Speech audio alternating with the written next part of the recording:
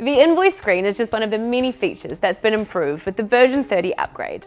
Let's have a quick look, so once you've been upgraded, you're already up to speed.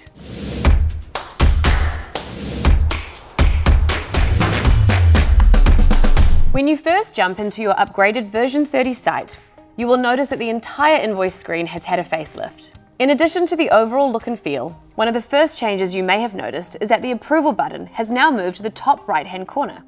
We have also updated the Not Ready for Billing functionality to be included in the invoice status, simplifying your Not Ready for Billing workflow.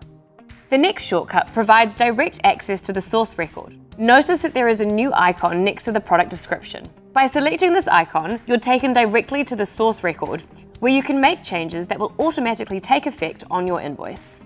The second new icon you'll notice is at the other end of the invoice that only appears when a bundle is added. This gives you the flexibility to choose what the client sees on their invoice. In this example, we're using a spay bundle. First, we have the crossed out eye icon, which is the default. If this option is selected, your client will only see the parent line, which excludes the price. Click the icon and it will change to an eye. If this option is selected, your client will see the parent line and the child lines, but will only see the total price of the bundle. By clicking the icon again, it will change to a $sign.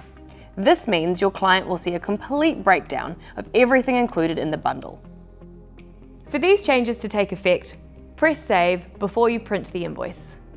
Quick tip, these are defined at the product bundle settings and can be updated by an admin at any time.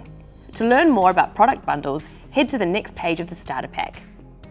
Next up, we have updated and simplified how you can apply a bulk discount. Simply select the vertical ellipsis to switch to bulk edit mode, which will give you the flexibility to choose which invoice lines you can apply a bulk discount to.